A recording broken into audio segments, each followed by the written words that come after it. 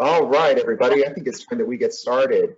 Welcome to our Thursday weekly webinar. My name is Dave Miller. I am the Program Director at the Mississippi Alliance for Nonprofits and Philanthropy, and we have an incredible webinar today.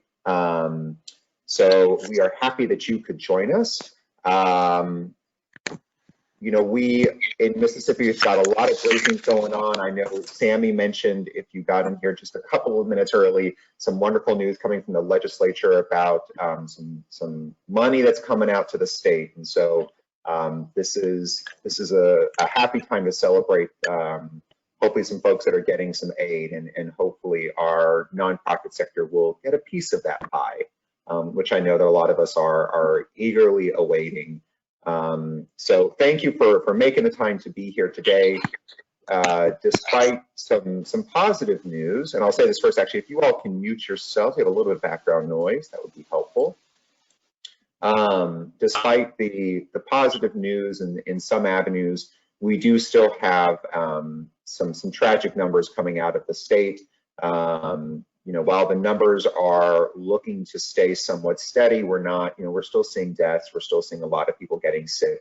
And clearly there are a lot of organizations and people whose lives have been turned upside down.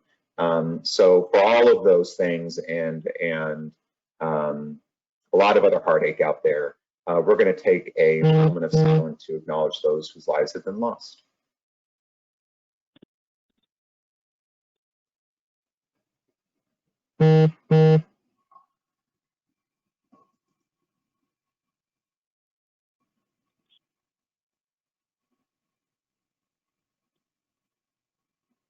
Hello?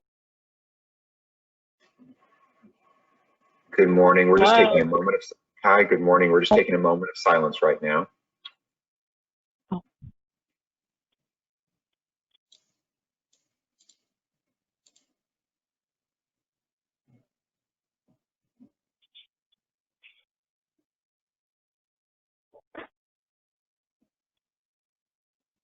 Okay.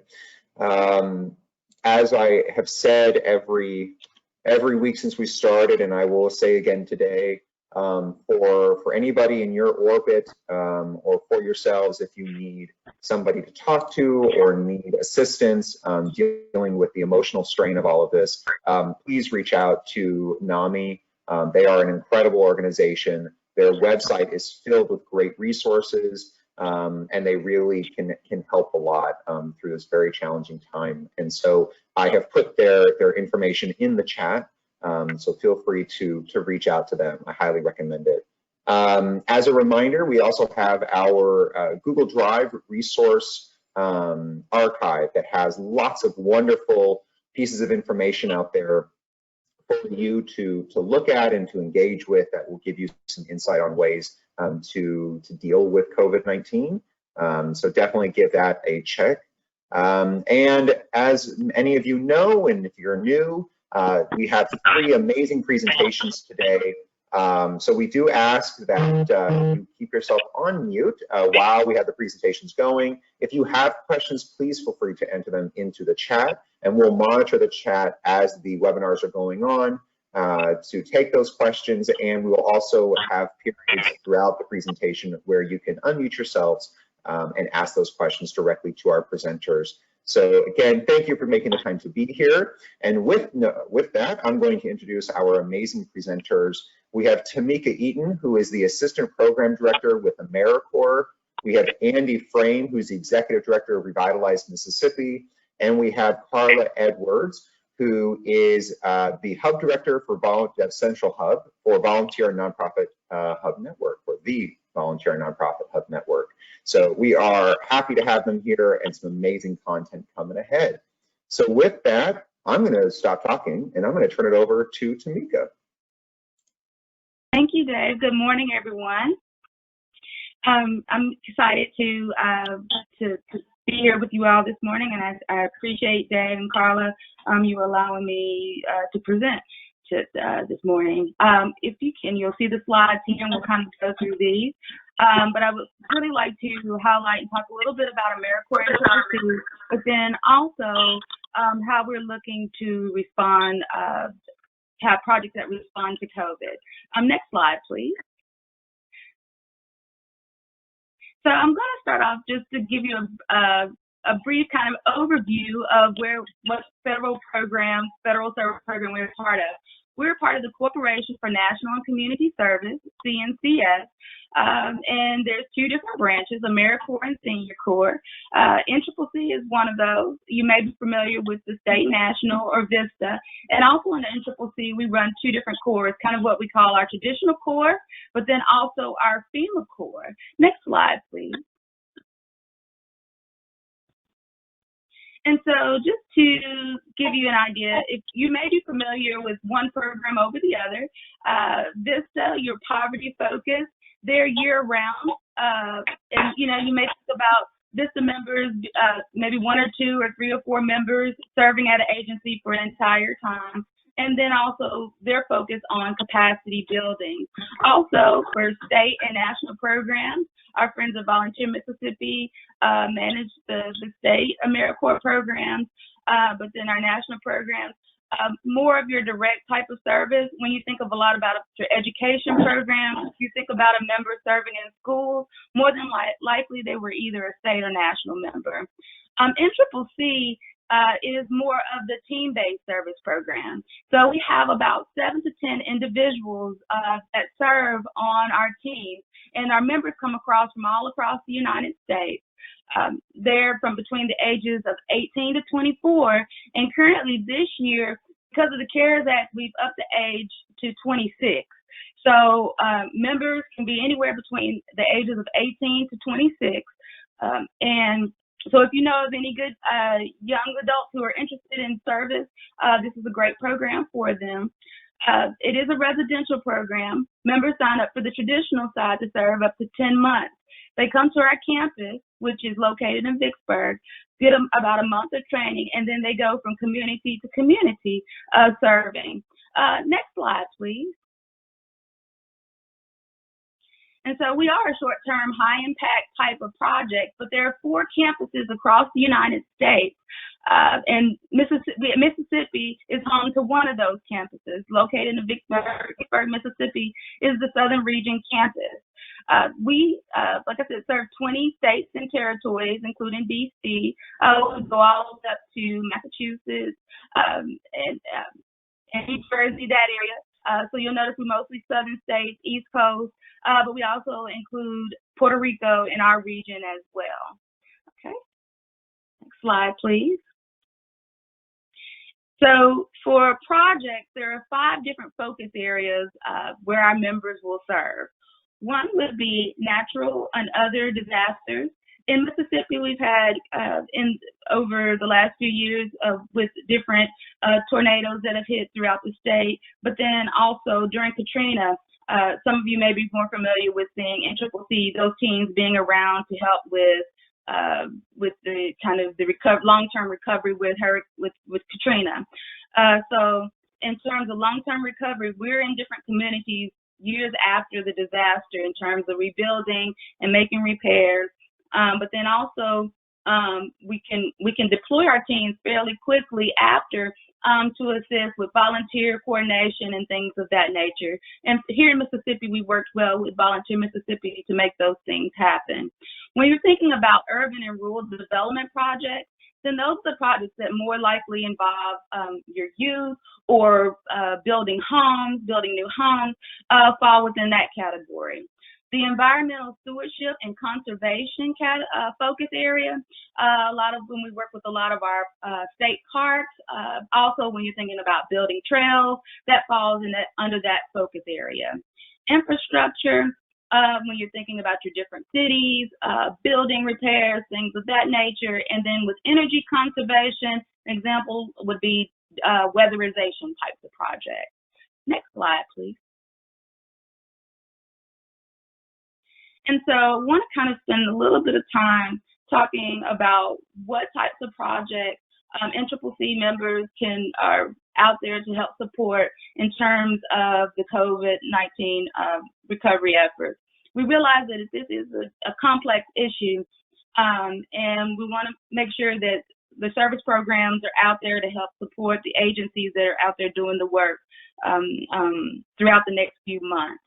And so one of those would be if you are experiencing a significant loss of volunteers, funds, and other support interfering with your ability to provide services. I've talked with a few agencies and realized that, maybe you had a volunteer base that may be in the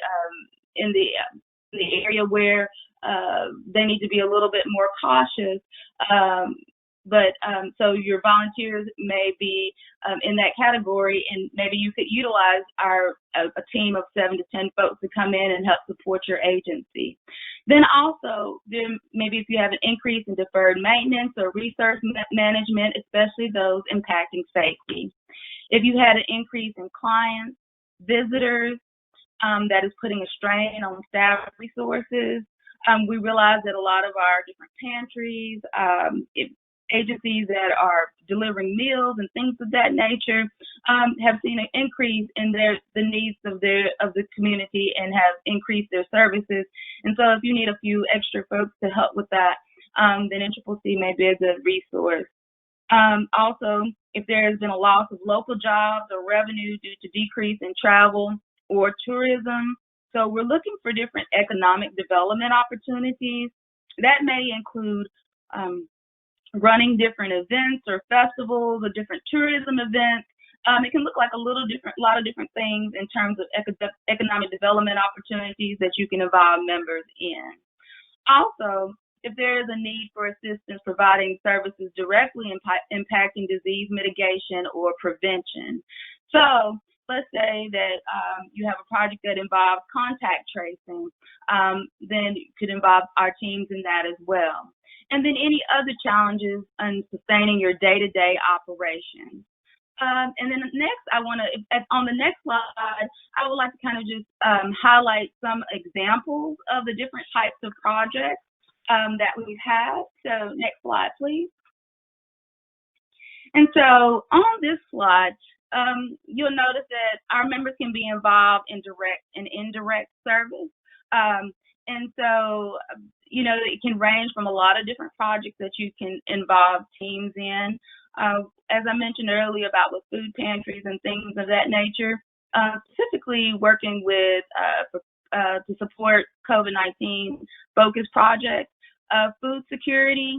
So if you've seen an expansion of your services, if you're doing different community gardens, if you have gleaning projects, if you're thinking about different meal deliveries to different individuals throughout the community.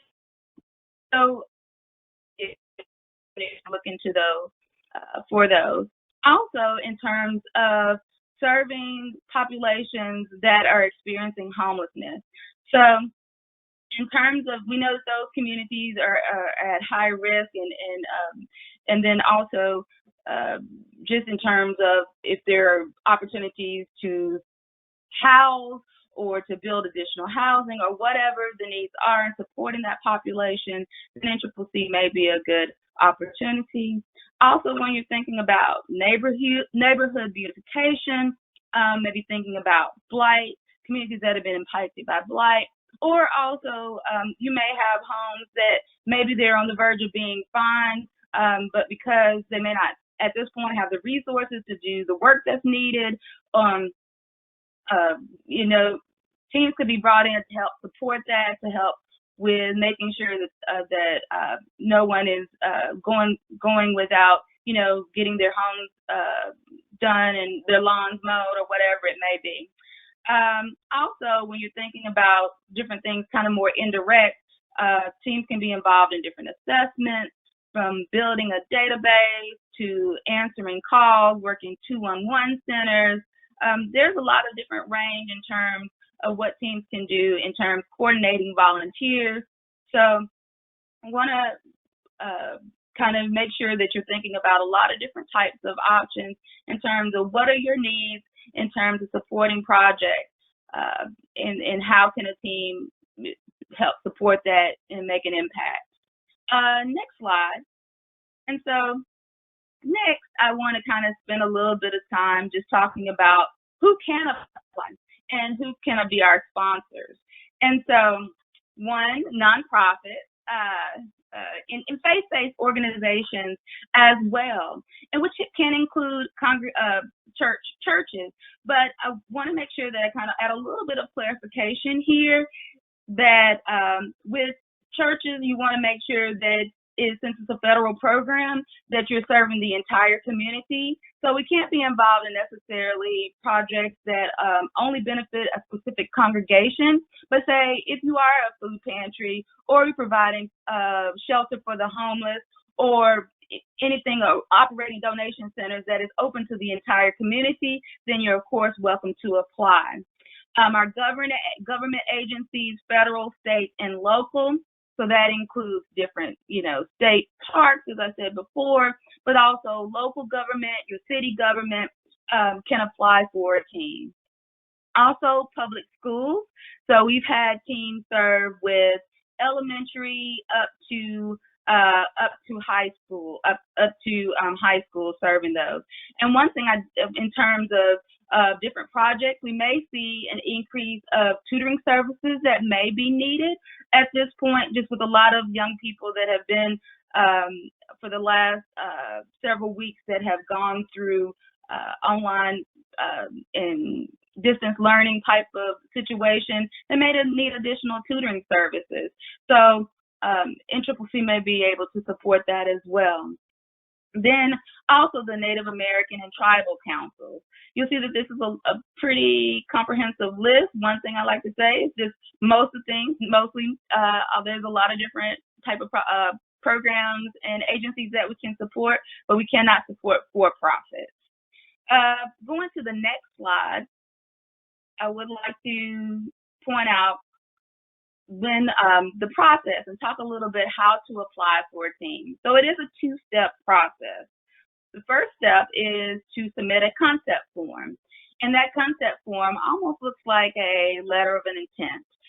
So it provides a little bit of information about you as an agency, but then also asks you basically two questions. What is your need? And what service activities would you like the team to complete while they're with your agency?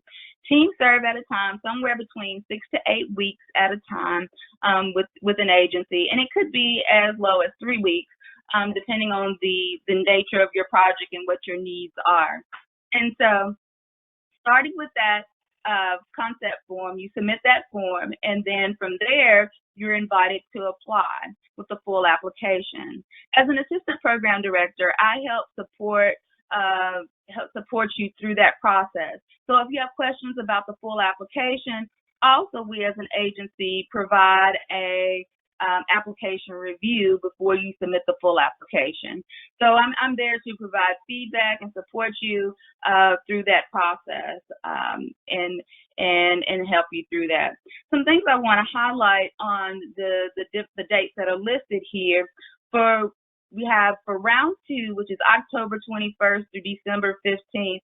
And I know that's a few months away, but I feel like there can be some recovery efforts and things, especially in terms of economic impact projects that teams may be able to support between that time frame. So you may have some different events that you're doing, or things that you put off during this time that now we may have the go to kind of move forward with those later in the year.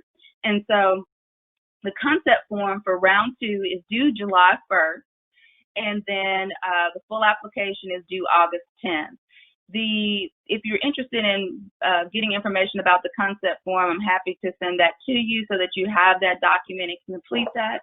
And then from there, you would complete the full application beginning August 10th. Now, we realize there are some folks that maybe would be interested in round 1. And although the concept form deadline has passed, that was May 1st, especially if you have projects that there's some more urgent, immediate needs that are health related. So if you have a project that involves something like contact tracing or logistical support for medical supplies and materials, things that you really think that at the beginning of August or mid-August that you could really have a team serving and still supporting, you're definitely welcome you to contact me now and we can talk about that because the full application would not be due until June 9th. Next slide, please. And so, looking at what sponsors must provide, one of those things, there is no match for this federal service program, so that is, you don't have to worry about that. We provide the people power, so we're not necessarily providing funds to support the project. We're providing the people. We do ask that our sponsors provide housing, and housing can look like a lot of different things. Housing can be a church basement. Housing can be a campsite, cabins, things of that nature. Maybe you have a relationship with a park and they have they can provide cabins for you, or maybe you partnership with another organization and they can provide the housing. And you all have a project that you work together to support a team.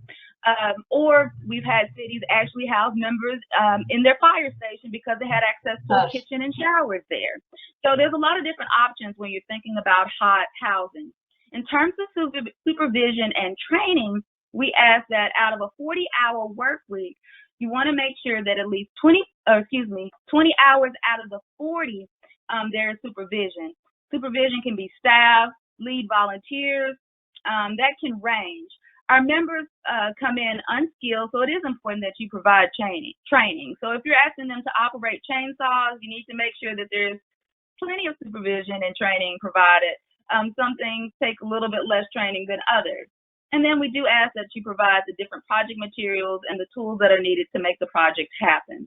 And then when you're thinking about 40 hours of enriching service, you want to think about 40 hours for for the 7 to 10 number of people that will be there for all of them. And so let's go to the next slide, please. So to assist the sponsor, we do provide you with, our members already come with a federal background check because we realize that they're working with different vulnerable populations. Also, there's a team leader to serve as a liaison between you and the sponsor and the rest of the team, and also work with staff that are on our campus. Also, they come with transportation. So they come with a 15-passenger van and insured, and gas is paid as well. Also, they are covered with different health benefits and workers' comp, and actually they're unable to sign different waivers because they have federal coverage. They cannot sign different liability waivers. And then also, although we ask the sponsors provide housing, we give them a budget for food, laundry, etc. And so it is a very small budget. That's why it's important that when you're looking at housing that you think about a location that has a kitchen, because we actually give our members $4.75 a day. And so they're in service to their country, and so they make it work and they budget their money well.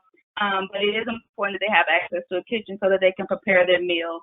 If you look at the next slide, it just gives you just an idea of, and Dave, you can click again. It kind of just shows you an example when you're talking about what can be done within a short period of time, 5 to 6 weeks.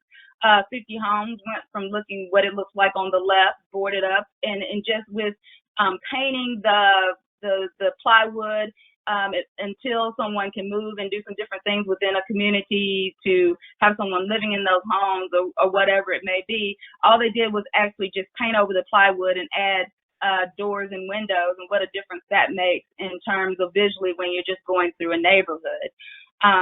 In terms of the work that can be done, actually, I believe Andy's going to be able to share a little bit more about, as one of our sponsors of the team last year, a little bit of what it takes to support a team, and then also some of the work that they can accomplish while they're serving with your agency. Dave, are there any questions that I need to address at this time? There are a couple. Thank you, Tamika. So we have a question from Caitlin. Just wondering how if NCCC will look different as a result of increased safety protocols due to COVID-19. Will there be additional requirements for lodging and safety equipment on projects?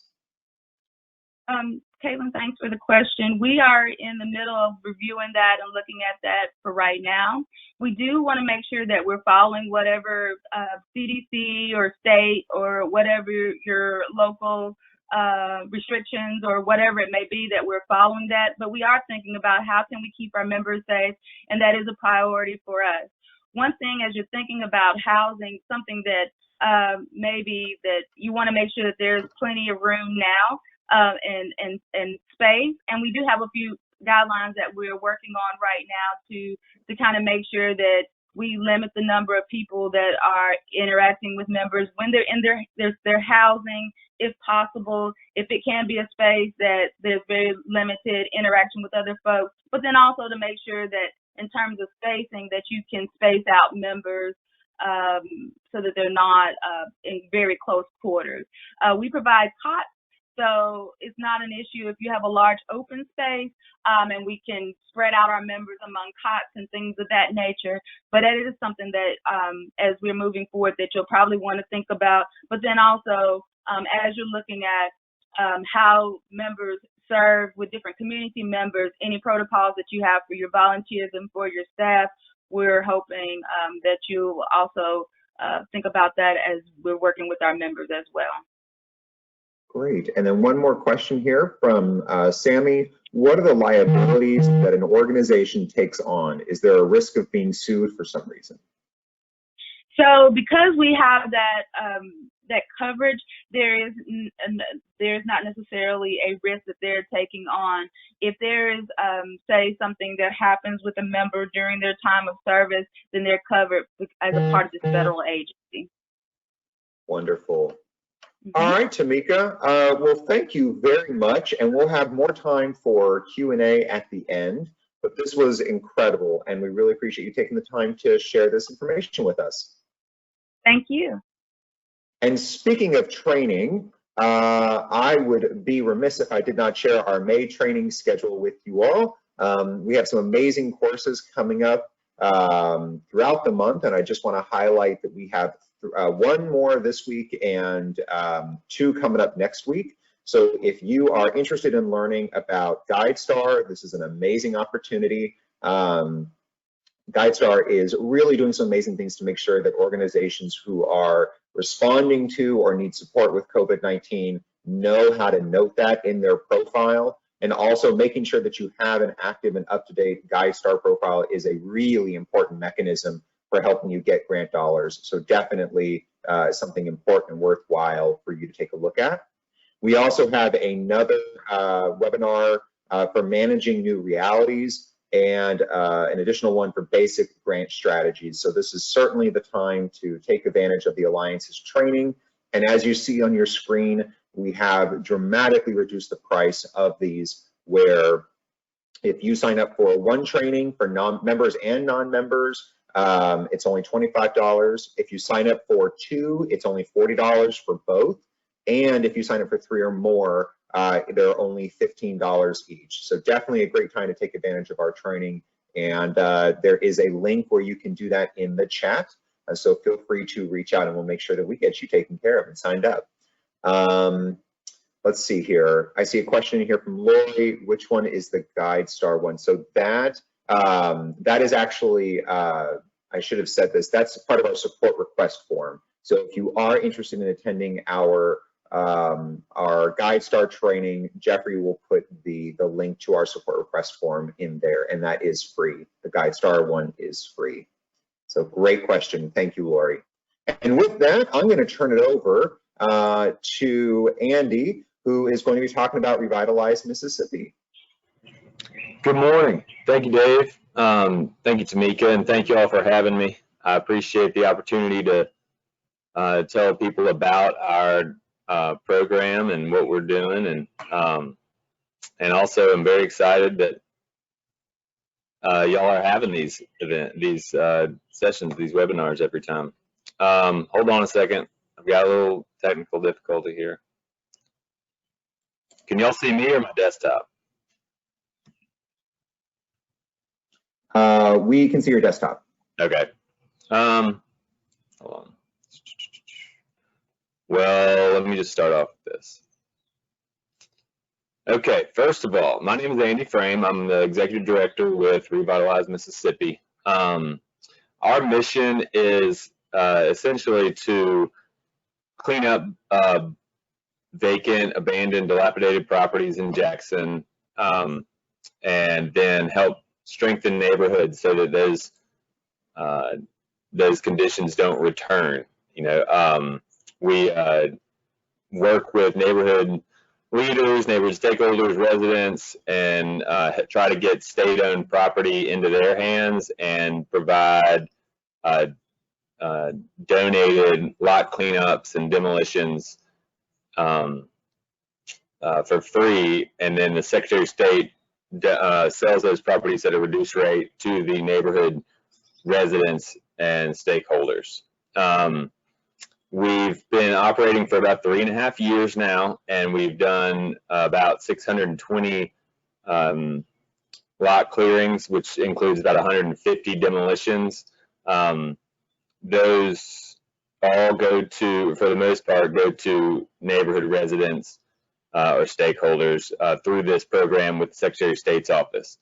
Unfortunately, as a result of COVID-19 and the current state of the economy, our fundraising toward this program is kind of uncertain going forward. We're going to have to kind of just take a step back. So we've paused that program for now, but we are still working on other programs that support our mission. The main thing we really focus on is, we have the cleanup. We work on these demolitions, we work on these lot cleanups, and we work with neighbors, but we really want to focus on strengthening neighborhoods. So we partner with Jackson Association of Neighborhoods, and we've kind of developed relationships with neighborhood leaders around the city of Jackson to help them and work with them to essentially strengthen their neighborhood organization or the projects that they're working on to help their neighborhoods. One such neighborhood is in West Jackson. It's the good people at Rosemont Missionary Baptist Church. It's kind of near the zoo area, and we've developed a really close relationship with them over the years and are working with them to develop a community land trust to build permanently affordable housing. We're developing parks with them. We're working with them and another organization to do a blight elimination program round of demolitions, which is a program run by Mississippi Home Corp that y'all probably have all heard about. But there's going to be 50 properties cleaned up through that program, and so we're still we're basically, that's one of that area by near the zoo and kind of southwest of the zoo is one of the hardest hit areas by abandoned and vacant properties and disinvestment. And so what we are testing out is the idea that if you strategically clean up and organize and develop with new green space parks and new affordable housing in an area with a lot of abandoned and vacant property, that you can turn a neighborhood around and get quality affordable housing going and get development going quicker and in a more sustainable, resilient way that doesn't displace people. We want to make sure that we're building up within the neighborhood and with neighborhood residents, instead of saying we're going to come in from the outside and redevelop this neighborhood. We want to work with the neighborhood and not displace people. So a lot of the affordable housing that we will be building will be for current residents of the neighborhood, or people who want to move into that neighborhood because they have a tie to the neighborhood for some reason. So let's see. And then our work with the Jackson Association of Neighborhoods, we've been working with them for a while. It's an organization that's been around for a while, and we've the organization as a whole over the last couple of years has been focusing its work and mission on strengthening and organizing neighborhoods. This year, we've been developing a program that will hopefully be put in place this year, which is going to be kind of taking a pilot project of working with a neighborhood to where we can, the Jackson Association of Neighborhoods can learn more, and the neighborhood can learn more on how to better organize, how to make an impact faster, to work better with the city, work better with the state, look out for be ready to receive funds. And it's little things from just documenting your meetings and becoming a little bit more official, to taking it all the way to getting a 501c3 or having official partnerships with the city and things like that. So we're and then other projects might be developing a master plan for your neighborhood, and just trying to improve the trajectory of the way that neighborhood would grow. To tie this back to AmeriCorps, with our partnership with Rosemont, we have been working with AmeriCorps for about, I'd say about a year and a half now. I went and met with Caitlin at her office to learn about AmeriCorps, and was really excited about it, and it has paid off through the development of 2 park spaces that we've been working on this whole time. So we've cleared, with Rosemont, we've acquired property. And let's see if I can get a map real fast to show y'all where we're working. Let's see. So through Rosemont, we've acquired property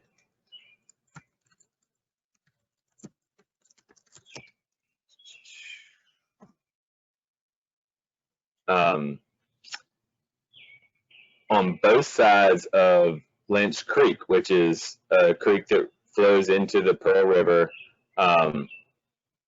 You can see it right here.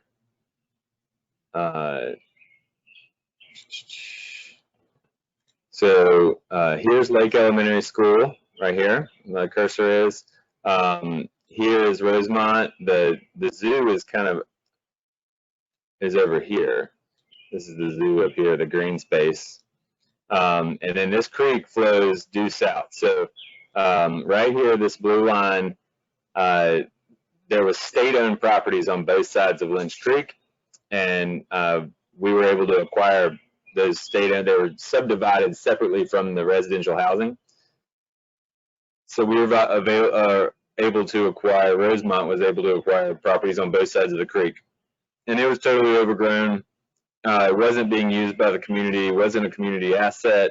It was kind of just there and flowing through the community. And south of here, they've had a lot of problems with flooding. They have problems with flooding in this area as well. But this part of the creek doesn't flood and affect housing as much. And we worked with the neighborhood, and immediately people in the neighborhood and people in our group saw the opportunity to develop this into a Woodland Creek Park that would be different from pretty much any park in the state, an urban-based park that has a body of water flowing through it. Then right across the street from Lake Elementary School, there's these 2 lots right here, right there, that right there and right there, that were abandoned vacant property. There was a dilapidated house on it that needed to be torn down, and then there was an overgrown lot right next to it. And we cleared both of those lots and have turned that into what this neighborhood is called the Bottom by the residents of the neighborhood, and we turned this into what we were calling Bottom Gardens. And both of those parks, the Woodland Creek Park and the Bottom Gardens, have been greatly improved and a lot faster than we would have otherwise by AmeriCorps. Let me show y'all some pictures. So here's the Woodland Creek Park. Can't really see creek. That's the creek bank. The idea was that we had 2 weeks with this team that was a disaster relief team. They were trained with chainsaws and other machinery to be able to clear land like this. And I said, okay, we have a couple of weeks with this team. Let's just get as far down the creek as we can. It may be only halfway, maybe only a quarter of the way. And then they cleared about a quarter of a mile stretch in 2 days. It was incredible. And because they were a disaster relief team, they had firefighting experience, which meant they had trail building experience, and they built a trail along the creek here. So this is the team, or most of the team, and they built trails. They cleared all that where you couldn't see. They cleared all that, and they did it in the clearing took about 2 days. The trail took about a week, and then they did other projects around to it. This is Rosemont pastor Jimmy Edwards. This is our founder, Jim Johnston, and this is one of the AmeriCorps members. He was kind of our trail expert. And it was just incredible. I mean, the experience of working with this team and seeing them work, and they worked very hard, and they always had a great attitude, and it was really fun to be a part of that. This is just an example of walking along the trail.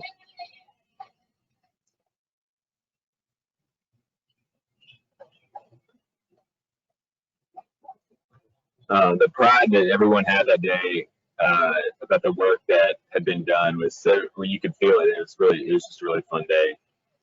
This is the last day of the 2-week stretch, I think. And here's Cindy Ayers, our partner with Rosemont. She also is this trail.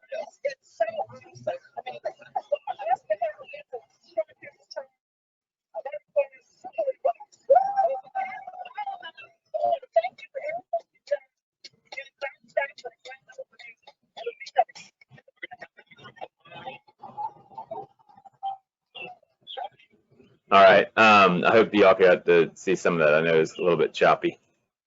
Katina is in the background. She works with me at Revitalize Mississippi. She's on the call today, in the group today. And then here's Cindy. And the team is really funny. They had a really good time. All right. Here is some photos from the other park and the other team that we worked with. Here's Lake Elementary School right on the right. And then across the street is where the park is, where this fenced in area is that we've done. And it looks even a lot better today. I need to get some updated pictures, but the planting on this was paid for through a grant from CN Railway in America in Bloom. It was a $25,000 planting grant that turned this into an educational arboretum. We've since also added sod and irrigation, and we're going to be building a pavilion on the site. And it's going to be a community park that is dedicated to the city of Jackson. But we will have a plan to maintain the park ourselves so that the city doesn't have to do that. They wouldn't take it on otherwise. This house behind the park that is also a dilapidated house has been cleared off. Rosemont's acquired that property, and that is going to be the site of another affordable house where a neighbor in the neighborhood will either live there or possibly a JPD police officer.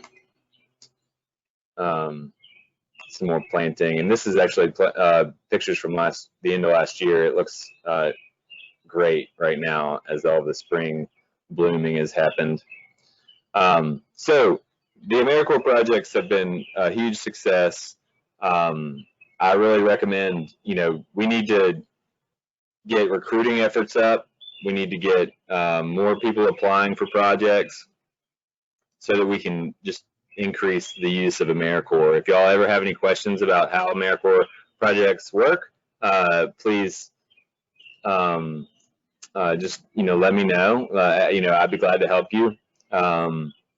I really believe in this program, and is really, you know, I think that one of the things that as we come out of COVID, you know, get through this process with COVID-19 and this pandemic, and then as we come out of it, there's been calls for, you know, volunteer national service, and I really believe that it will. This is one of the ways that we can get out of it. So if y'all have any questions, let me know. Wonderful, Andy. This is incredible, and I love how it's a great demonstration of how the public and private can come together to do incredible work and volunteers. So thank you for the work that you all are doing, and I am definitely looking forward to an update in the future with more pictures and video. And we do have a couple of questions here. How are you funded? Is it mostly private funds, or are there public funds involved as well? We have been only funded by private donations. We've had generous donors over the years, and we've had a couple grants that we've received that have helped, but for the most part, it's been private donations. And that's, you know, the weakness of the private donor is that when the economy crashes, they're less likely to give. And so, you know, we are staying in touch with our donors and keeping them updated on how things are progressing and what we are doing during this time, with the hopes that, you know, when the economy starts to improve again, that we will still have them as partners. So that's our game plan right now. Stay communicating with our donors, and then, but we're also trying to connect with more foundations and try to connect with more federal dollars to continue the work that we're doing. Wonderful. And then the next question is, who maintains the trail and park? Is it being widely used? It's being maintained by contractors that we hire, or Rosemont hires with funding that we've raised. Wonderful. And we will continue to raise money to pay for the long-term maintenance of that park. We will also utilize AmeriCorps teams to help do periodic big cleanups. We will do neighborhood volunteer type cleanups, partnering with Keep Jackson Beautiful and other groups to do big cleanups, so that, you know, the maintenance of it will be easier on a kind of week-to-week, month-to-month basis. Andy, I have the feeling that if there are other organizations around the state who are interested in seeing this take place in their communities, they could reach out to you. Is that correct? Yeah, sure, definitely. Call me, email me. My email is andy@revitalizems.org. You know, we are currently only working in Jackson. That's where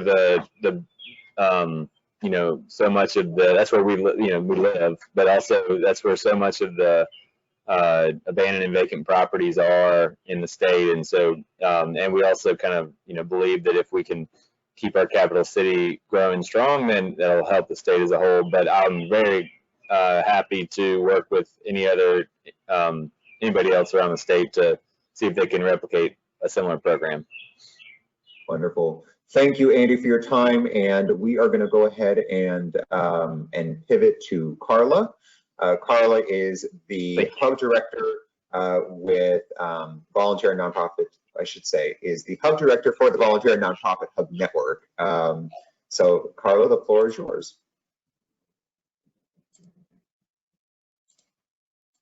Good morning, everyone. Again, I am Karla Edwards, the director for the Central Mississippi Hub for Volunteers and Nonprofits. Just a little bit about myself. I am a native of Natchez, Mississippi, and I have been in the nonprofit industry for 7 years, previously working for the Salvation Army for 6 years. I received my BBA in marketing from the University of Mississippi in 2004, hotty toddy. I received my Master's of Nonprofit Management from the University of Central Florida in 2017, charge on. The Central Mississippi Hub is unique because we are the only hub not housed in a community foundation or United Way. We are housed in the Alliance and cover 10 counties for nonprofit capacity building and volunteerism. Those counties are Claiborne, Copiah, Hinds, Leake, Madison, Rankin, Scott, Simpson, Smith, and Warren counties. I started on May 6th of last year, and this is the first year that we were developing the infrastructure of the hub. And before I get into what the hub has done as it relates to COVID-19, I would like to go over the highlights of the first year with the Central Mississippi Hub for volunteers and nonprofits. Next slide, please. Community partner with local universities. One of the first things we did over the summer was reach out to local universities. We are approved agencies with Jackson State University and Tougaloo College. So any service project the hub has, college students from those schools will receive credit toward their required services for graduation. Hub agencies are not covered by our application with JSU, but we were told from Tougaloo that agencies on the hub are covered by our application. But it's best that agencies who join the hub to complete applications for both schools. We have contacted the Community Service Office of Belhaven University, Millsaps, and Mississippi Colleges, but they do not have an application process. Next slide. Hubs are responsible for promoting and coordinating National Days of Service. In our first year for 9/11, we honored fire departments of Jackson and Vicksburg with needed supplies, cleaning, and meals. For MLK Day, we partnered with the Institute of Southern Jewish Life's Community Engagement Office, and that's where I first met Dave. We collected 500 books on MLK Day and raised funds through Barnes & Noble to purchase books for their 4th annual Literacy Achievement Bonanza. Next slide. We actively coordinate service for organizations seeking volunteers and volunteer groups seeking service. So one of the first things we did over the summer was we were contacted by Madison Station Elementary, and the principal there wanted her educators to introduce service to their students. So a community service component was added to their professional development. So we were coordinated sorting clothes with the Good Samaritan Center, with the Mississippi Development Authority. We recruited students from the Jobs for Mississippi Graduates Program at Lanier High School.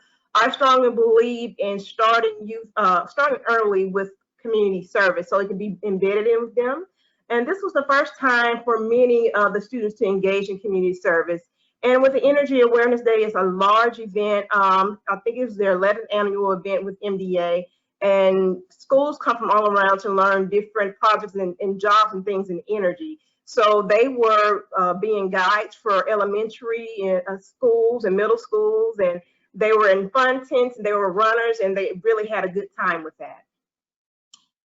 We are fortunate to be less than 40 miles away from the AmeriCorps NCCC campus. So for their National Days of Service in November, we were able to help a few of their teams coordinate service with 3 of our hub agencies. And they went to Everett Reach and Community Outreach, Genesis and Light Center, and Hope Hollow Ministries, and were able to get a lot done for those organizations. Besides our own MLK Day service projects, we also assisted the student advisory councils at the high schools of Hinds County School District to help them coordinate service projects. And they did service projects with the American Cancer Society Hope Lodge here in Jackson and Teach the Children Academy of Mississippi in Clinton. And before we began at stay-at-home measures, we were really rolling with registering volunteers for the Celtic Fest and coordinating a service spring break project for students from the University of Texas at Austin. But due to COVID-19, both of those had to be canceled. Next slide. For the Central Mississippi Flood Recovery, we work with the Mississippi Voluntary Agencies in Disaster to virtually coordinate unaffiliated volunteers with 2 of their organizations that were doing their groundwork. And that was with 8 Days of Hope and Samaritan's Purse. We were blessed to not have as many homes affected in this area. So there was they only were out here for a few weeks working on homes, but we directed all those unaffiliated volunteers towards those 2 organizations. During that time, we were contacted by Heart to Heart International, which is a disaster medical volunteer organization based in Kansas. Some of you may have dealt with them during Hurricane Katrina. And they were able to send us 2 loads of hygiene kits. So we were able to get those out to 3 organizations in the community that were directly dealing with people affected by the flood. So that was the Good Samaritan Center, Operation Upward and the Salvation Army of Jackson metro area. Next slide. So for COVID-19, we have coordinated, recruited volunteers, and promoted volunteer opportunities for several organizations. We did a couple of days with Springboard Opportunities, where we did a milk and food distribution. We helped recruit volunteers for the Jackson Public Schools dinner feeding, and we promoted volunteer opportunities with Metro YMCA's Boys and Girls Club of Central Mississippi and Jackson Community COVID Response. We also had some kits left over from the Central Mississippi flooding, so we wanted to give those to organizations who will be maybe see an uptick of clients for their organization. So we split those hygiene kits up to the Center of Violence Prevention, their domestic violence shelter, and we give the rest of those to God's Haven Ministries, and they serve food and serve the homeless, and they are under the direction of Jackson Leadership Foundation. Some of the challenges that we have faced during this time, we have had a slowdown on new nonprofits and new users to the hub due to the pandemic. Volunteerism has been down in this area. And we want nonprofits to know that there's a virtual volunteer feature on the hub site. So if you have things that volunteers can do at home, you're able to go on our site and activate those virtual volunteers. And if you are not on the hub site, we would like for you to join our network, and please do not hesitate to contact me. Next slide, please. Some of our goals in the future, we really want to get embedded into the counties that are not in the metro area. It's kind of hard when we have, I think I have the area with the largest amount of nonprofits in it. And so we're scratching the surface with Hines, Madison, and Rankin, but we're really going to work within the next year to get into those rural counties. And I'm looking to really, next week we will be in Warren County, helping them with their feeding with their schools. There needs some help down there. And so if you are in one of our 10 counties, and I'll call those out again, and you're not connected to the Hub Network, please do not hesitate to contact me. Our counties are Claiborne, Capaya, Hines, Leake, Madison, Rankin, Scott, Simpson, Smith, and Warren counties. Our services are free to you, so we would love to have you. I love to go out into the community and meet you all where you are, and of course we can't do that right now, but please do not hesitate to contact me. I would love to have you. My phone number, cell phone number is 769-218-8675.